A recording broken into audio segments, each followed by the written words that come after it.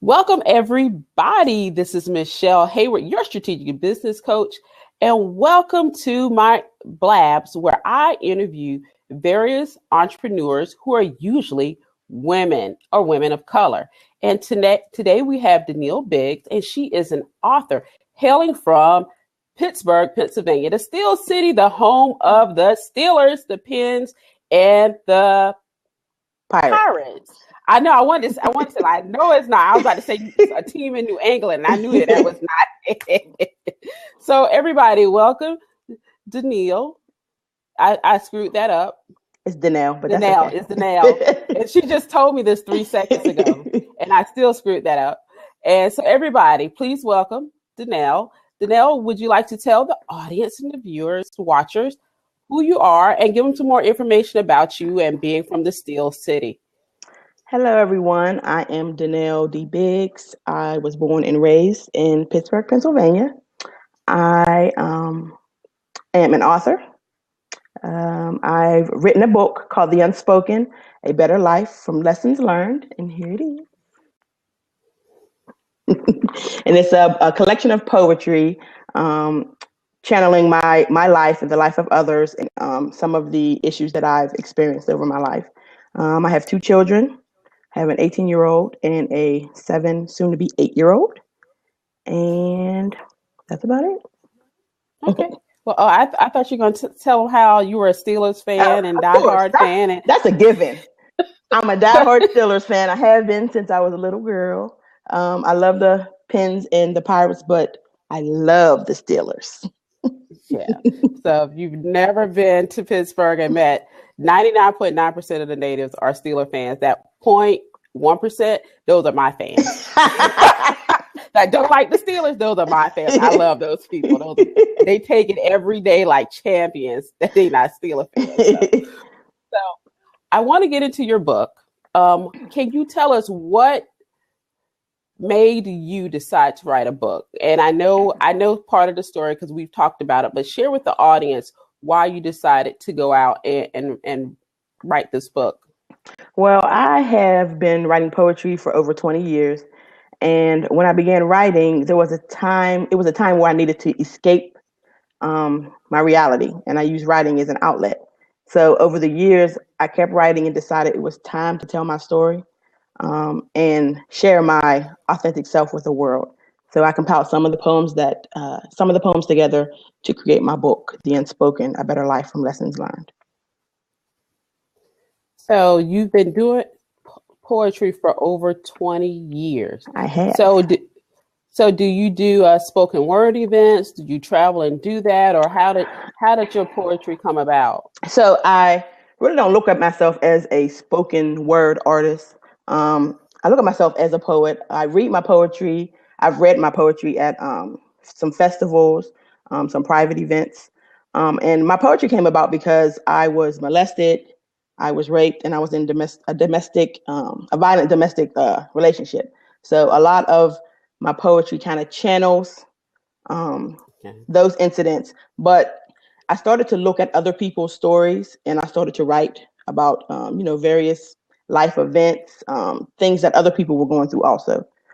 It's kind of, I look at my book of poetry kind of like a self-help book, because it kind of channels a lot of issues that a lot of people are going through. Wow, that is a lot to decide to open up and write about in poetry. When you decided to write it, was it to help you heal, or was it just to get out your emotions and you just didn't know where it would eventually go?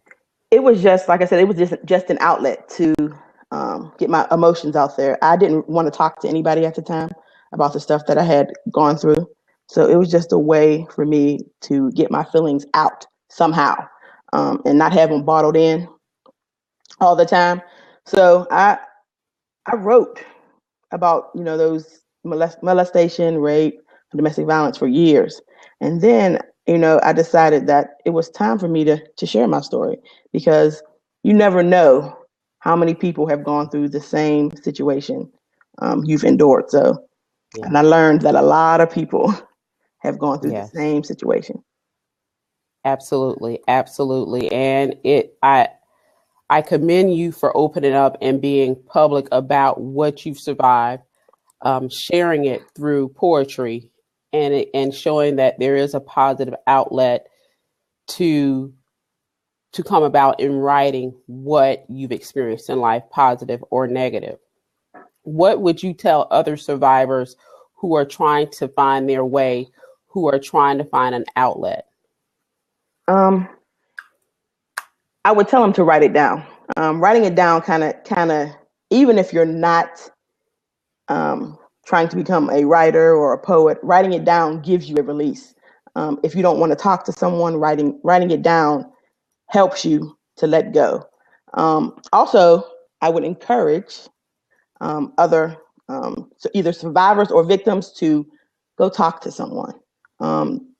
In in the community of color, there's a stigma of, us not going to talk to someone or going to a psychologist or seeing a psychiatrist.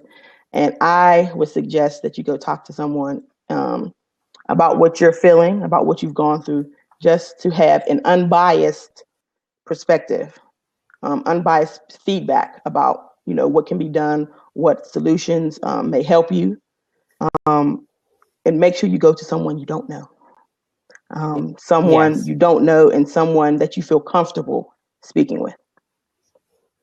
Yes. And sometimes somebody at an office where nobody Right. knows you, nobody has access to your record. So I completely agree.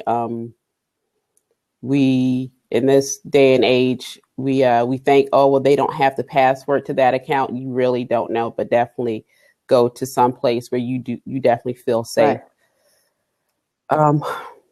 I would love to go into the stigma part of not seeking mental health assistance in the African American community, but not today, or maybe a little bit later in the interview, because I really want to focus on your book right now.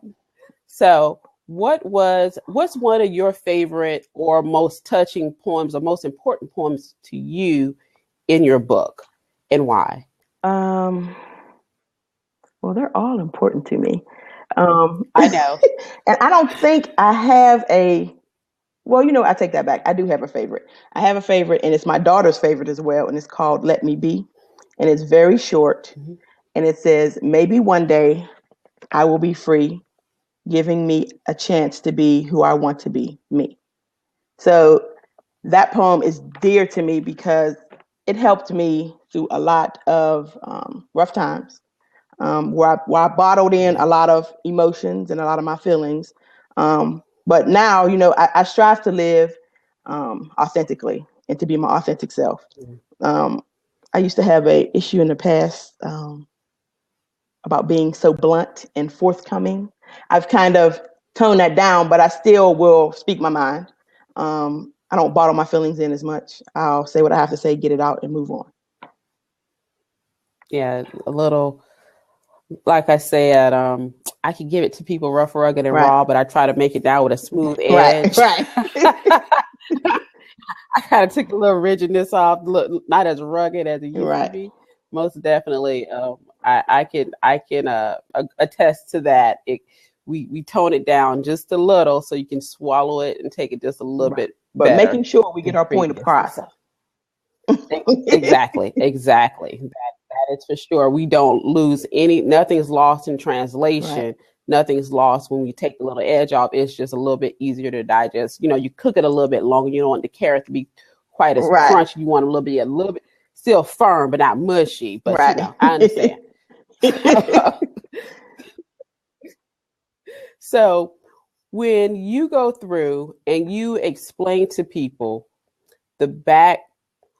even before you get to that point, when you decided to write this book, put together this book and release it to the public, which meant you were putting all of your business, as we would say, all of your personal life on Front Street in the store window for people to see, what were your first thoughts about doing that? I was fearful. I wondered what people would think. That was basically it. I was scared. I was scared about what people would think. I was scared to expose myself. But I just had to get over it.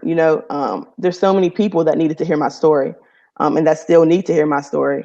And I had to get over myself and release my book and release my thoughts and get over my fears. Now, those that are close to you, Mm-hmm.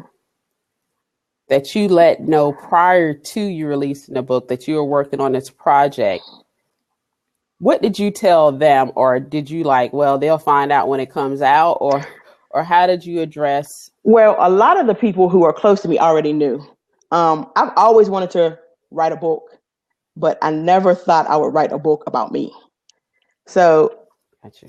a lot of the people who were close to me already knew what I had gone through. And, when I told them that I wanted to write a book of poetry about some of the situations that I've experienced, they were very, very supportive. Great. I love it. And some people are afraid. They don't think the people around them are going to support them.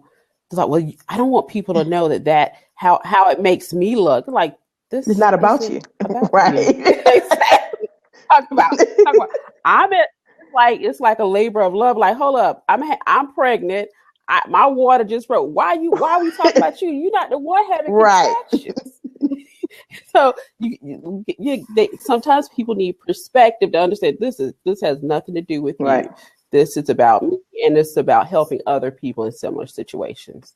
So I completely agree that they get a little off focus.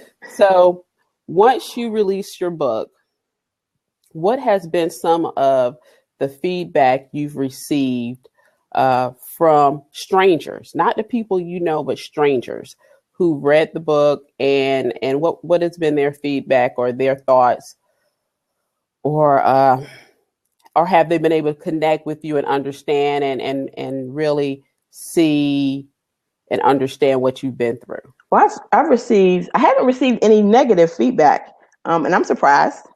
A lot of the people that I don't know personally have given me very good feedback, and they've commended me for telling my story. And some of the poems in my book have resonated with them. I've had discussions where they point out a certain poem, telling me, "Hey, I read this last night and I couldn't stop crying because it made me think about this, that, and the other." And I was kind of like, "Whoo!" Like I never thought that when I was writing my poetry, I never thought that at the time it would touch so many people the way it has. But now I know that there are so many people that have gone through similar situations. Exactly. So words that you put down on paper to help you get through, to help you heal, are actually touching others. So that means those words are so powerful. They're very powerful. And to when you put them in a book form, you're putting them in something that will last for decades, for hundreds of years, for others to continue to read and share and grow from. So that is so beautiful that other people can really connect to you that way. So as part of when you let's look at the business side. So we looked at why you wrote the book, how this touched people, how people looked at it. What did you do to just so other authors who are out trying to get their books published or thinking about getting books published, what was your process in going about writing the book, and you self-published, right? I did not. Oh, you did not? Oh, well, then this is really the author from last week. She self-published. You don't. So let's go through that process. What was your process since you went through a publisher and working with somebody? So I didn't want to self-publish because I totally wanted to focus on the writing, and that was it. I didn't want to have to deal with all the business side of it, even though I did in a sense, but I didn't want to be full on business. I wanted to focus on my creativity. So initially I met with the publisher, and we went through he gave me a series of questions to kind of understand my personality, the types of things that I like, in order to build my brand. So we went through questions about, the music, even from the music I like to my favorite books, to certain words that jump out at me. And then from there, I put my book together I formatted my book in the way that I thought would be best for me. And I sent my final copy to the publisher, and I worked with the publisher and the editor on my book. There were some changes that needed to be made, some editing changes, some spellings that I didn't catch. And it was a very, very smooth and quick process. So I sent my final copy to the publisher at the end of January, beginning of February of last year, and my book was published mid-May. Oh, wow. That was It was quick. very quick. That was very quick. So if you were to do it over again, what would you change? Not necessarily in that process, but let's say your book came out. Did you do a book signing tour? Did you do a book tour? Did you do what type of promotions and marketing did you do in between when it went to publishing and when it was released? So I did a book signing. I did a book signing a couple days before my book was released. And I did a little bit of marketing. So what I would change is I would hire somebody to market my book, because that is in alone is a full-time job. I work a full-time job. I'm a writer and I have a 7-year-old child. So between all of that, I had to find time to market my book as well. So the next time I write my second book, I am going to hire someone to market my book, because it was just a lot of work, and it still is a lot of work because I'm still trying to market my book. But yeah, I would hire someone to help me, to assist me. Would you look at doing a book tour? Maybe yes. 5. So I didn't do a book tour the first time because I'm a new writer and I wanted to kind of establish my brand, get my name out there. So the second go round, my second book or my third book or my fourth book, I want to do a book tour. Exactly. You gotta get it out. Right. I want to do a book tour. I did a lot of work locally and regionally, so I want to kind of branch out to go to other states and expand my brand. Okay. So you're going to seek sponsorship for your book tour? Yes. Love it. We need to talk about that and sponsorship and see who we can brainstorm for you to work with. I definitely love to be involved in that. Cool. So, and marketing is always the good part of any product or service, is making sure you get known, but sales are sales, because that's how you're going to get paid. Right. Exactly. Okay. So, typically, do the publishing companies or your agent, do they not help with marketing, or do they kind of leave that out, or was that excluded as part of the service they provided? So my situation was a little different because my publisher is a very close friend and I've known him for over 25 years. So he helped me a lot. Okay. He helped coach me. He helped with marketing. He helped, of course, with publishing. So my situation is a little bit more unique because he was very, very hands-on. Got you. Okay. So yeah, so she got the hookup. So right. So what are you currently in the works on? I know you said you're looking at a second book, but what are you doing as far as continuing to market your current book? So right now, I'm marketing, via social media, marketing locally. Word of mouth always works. So I found out that word of mouth has worked better than marketing via social media or any advertising that I've done.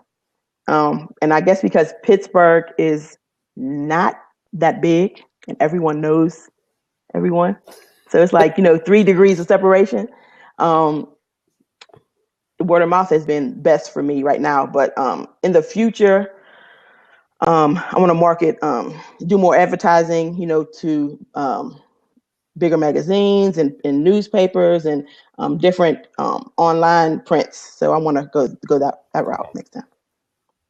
Yes. What I want to say? Social media is the long game. People think social media is the short game. Mm-hmm. No, social media is actually the long game when it comes to sales.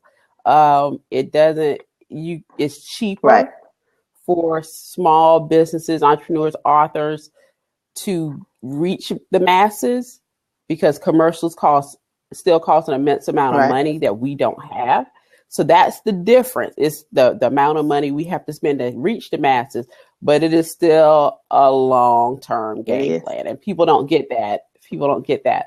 So definitely want to hear more in the future about what's coming for your second book. Have you started working on the second book? I have. I have started working on it, but my focus right now is working on my my presence. I'm right now I'm in a group called the Unique Performing Arts Group, and we are a group of creatives that sing, some dance, spoken word, act, and we are traveling around the United States performing a piece called the No More Project. And it focuses on sex, peer pressure, drugs, abuse.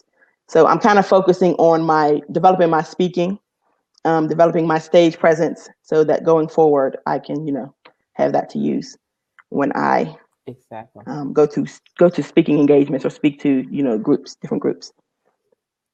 So when is your next performance, and where are you, like the next few cities that people can catch you for that performance? So I don't think we have any local performances coming up in the near future, but we do have, we're going to Virginia, Farmville, Virginia. Okay. We're going to go to Greensboro, North Carolina, Winston-Salem, North Carolina. And that's in the next couple months. Okay. Good. I know you had something coming up April 22nd, or is it 23rd? It was, I was looking to see if you could come to an event in Atlanta. Oh, yeah. And you weren't available. So I was like, yes, man. You do have a performance. I was looking. Yeah. So, okay. So I just want to check on that. So she not only writes poetry, you know what I'm saying? She actually does more than that. So that everybody's like, well, you have one gift. No, you can have more than one. You can have more than one unique ability. Right. And I like to tell people that. So definitely don't just stop because you can easily see one. We are human beings. We run deep like a river. So they're drilling more things, more interests, more unique abilities and talents that we have. So what do you do as part of that production? So what do you? I sing and I perform spoken word. See, everybody, you're gonna have to check her out. Check out the performance. So definitely be sure to drop in the link for where they can find out where you guys are performing. If you have that information available, you can put that in the chat as well. Okay. So I know if you can give a little bit of background, because I know we caught this and you weren't being interviewed, but we were talking about HBCUs, which you are a graduate of one, yes. A proud graduate. Woo. And and you also mentioned a day job. So if you go back through your educational history, sort of what your background is as far as a profession, okay. And people, I definitely think will be kind of surprised about that.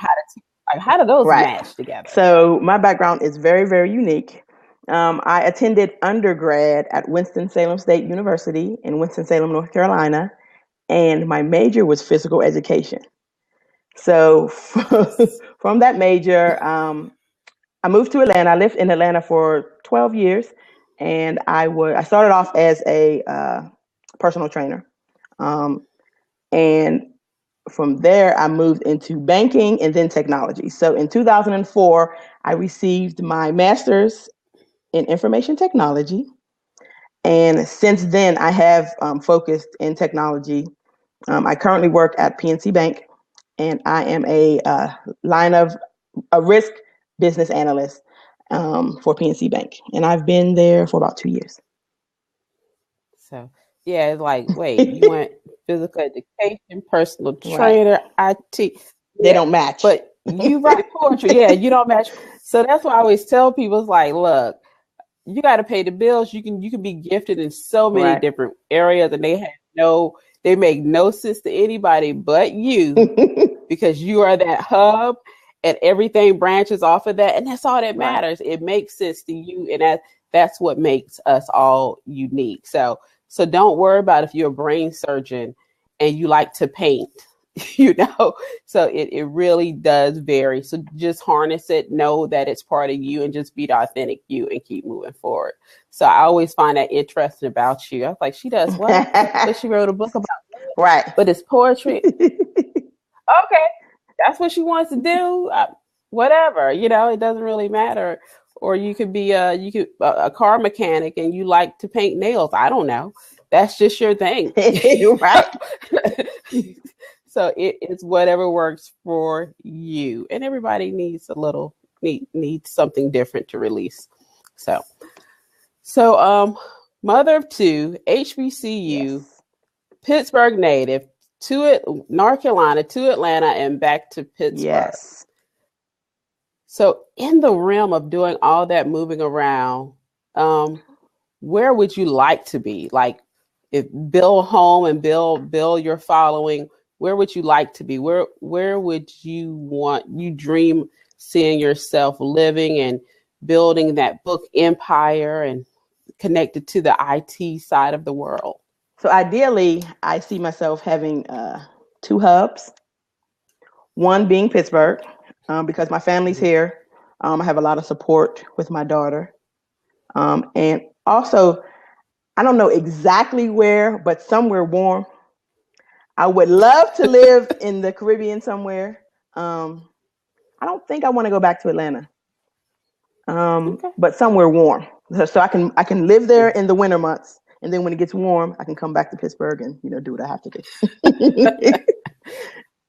I'm so surprised you took Atlanta off the table, because I know for up until about 6 months ago, it's like, I miss Atlanta. I'm going back and now it's like, no, I'm okay. I just need warm and sun. I still miss it. But I don't think 12 years was enough there. Okay. But I'll go visit.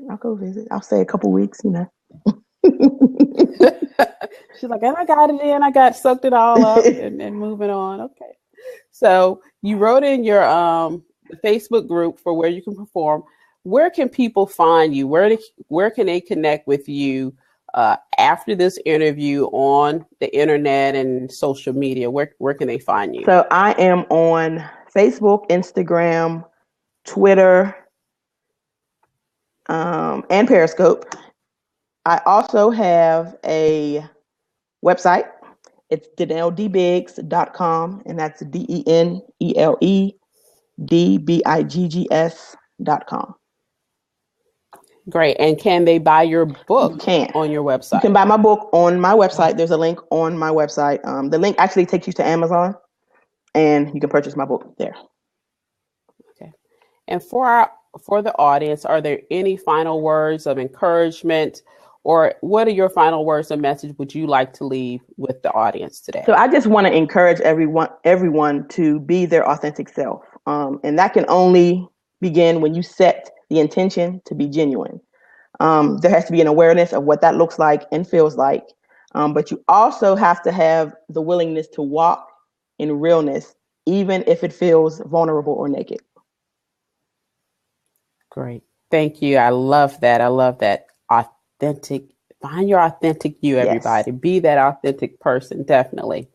So thank you, everybody, for joining us today.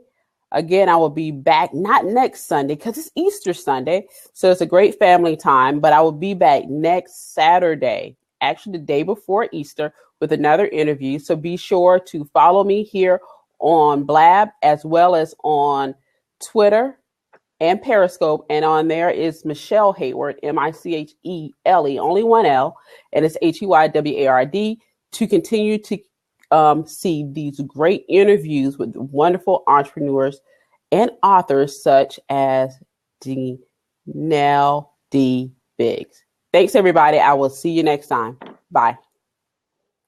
One of the lessons is just to make sure that you're prepared. It's being a writer. Make sure you're always prepared to read or speak. So I was caught one time, and only one time, not being prepared to read, because I didn't have my book on me. I didn't have anything. I was just like, and that was a missed opportunity. But it never happened again, because I always have a book in my purse or in the trunk of my car. Yes. Or even in my phone. I might have just a couple of poems in my phone if I have to read. somewhere. So make sure that you're always prepared in whatever aspect of business you're in. Always be your authentic self and always fight for what you want, but always listen to the advice and thoughts of others, even when you don't want to, because there may be some good points or hidden gems that you might need. Absolutely agree. It's sort of like the soldier showing up without a gun, like, right. Well, I'm not exactly on duty, like, for real though. Right. But we still at war. Yeah, you're right. It only takes that one time. So, but I absolutely agree. That's for everybody, and in every situation, always be ready. Be a Girl Scout, as I said. You're talking about Boy Scouts. Always like I'm a Girl Scout. I always got my cookies. Right. You ready to buy? Oh, I don't have any cash. That's okay. Just what century is it? I got Square. Yeah, right. That's what I tell people. Take cash and credit. I always have it with me. Oh, well, how about check? I can run that number through. Don't worry about it. Sure can. Right. Yeah. Always ready. So I absolutely agree.